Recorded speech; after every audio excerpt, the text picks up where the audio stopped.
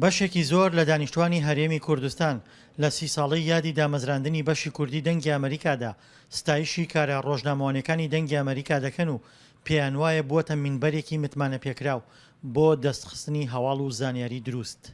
هەڵبەتە ئێستا لە ناو میدیا کوردیەکاندا فۆزایەک هەیە، ئەو فۆزایە لەناو دەنگی ئەمریکا بەدی ناکرێ، یعنی دەنگی ئەمریکا بە شێوەیەکی پرۆفشنەڵانە کار دەکا، لە راپۆرتەکانیشدا هەمیشە بێلایانی دەپارێزێت و هەروەها کاتێک کە راپۆرتێکی دەنگی ئەمریکا دێتە بەرچاو چ بە نووسرا و چ بە بینراو، ینی شایان ئەوەیە کە کاتی بدەیتێ و هەمیشە زانیاری تازەت پێدەدا لە ڕووی هوشیاریشەوە، لە ڕووی زانیاریشەوە دەتباتە ئاستێکی تر.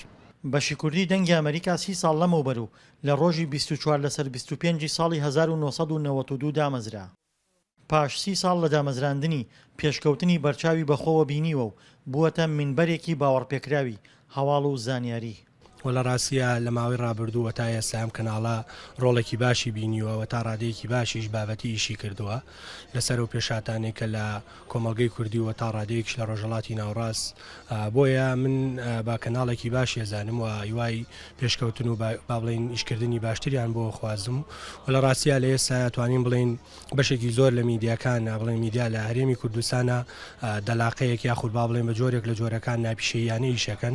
خۆشبەختانە تا ڕادەیەکی باشە توانم بڵێم دەنگی ئەمریکایەکێکە لەو با بڵین کەناڵانەی یاخود با بڵین لەو دەنگە بابەتیانەی کە بە شێوازێکی بابەتی ئیشەکە لەسەر ئەو پێشاتانەی کە لە کۆمەلگەی کوردیا گونجەی هیوای ئیشی باشتر و یاخود با بڵین کاری باشتریان بۆەکەی. دەنگی ئەمریکا ڕۆژانە لە ڕێگەی رادیۆ و وێبسایت و سۆشیال میدیا و گەشتی هەواڵە تەلەڤیزیۆنیەکانیەوە زانیاری دەگەیەنێتە دەست هەموو هەوڵاتێکی چاودێری کورد.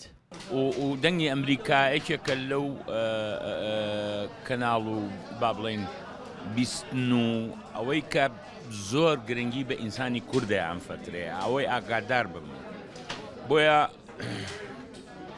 اقتراحەکەم دەنگی ئەمریکا تەنیا دەنگ نەبێ، هەوڵبەن ئیشی هونەریش بکەن، ئیشی هونەرمەندان پێشکەش بکەن، هەوڵ بدەن ینی فرەنایەنی بێت، لایەنێک نەبێت بە تەنیا دەنگێک بێت.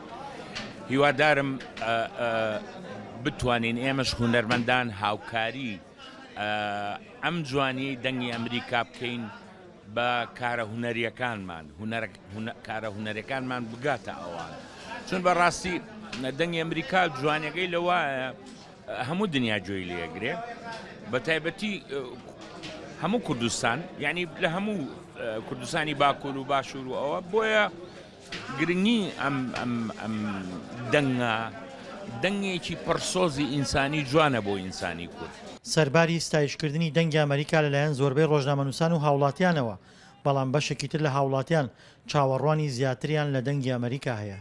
ئەو زوڵم و ئەو نەعەدالەتی کە لە هەرێمی کوردستانە حزبەکان و بەرپرسەکان ئەیکەن بیگەیاندایە بە ئەمریکا، ئەو باسی ئەو نەعەدالەتیانەی کە لە ساڵی 1990 بەدواوە هەتا ئەم دەقەیە کاربەدەستانی هەرێمی کوردستان کە لە خەڵکی کوردستانیەکەن کە خەریکی مژینی خوێنی خەڵکی کوردستانن، ئەوە دەنگی ئەمریکا ئەمەی بگەیاندایە. بەڕاستی کەم تەرخەم بووە، بەڕاستی باش ئیشی نەکردووە لەم کایەیە، چونکە تۆ دەنگی ئەمریکا معتەبەرە کاکە لە ناوەندە جیهانیەکانە لە ئەمریکا ئەتوانێت کاریگەری هەبێت، تەئسیری هەبێت لەسەر ناوەندی ئەمریکا.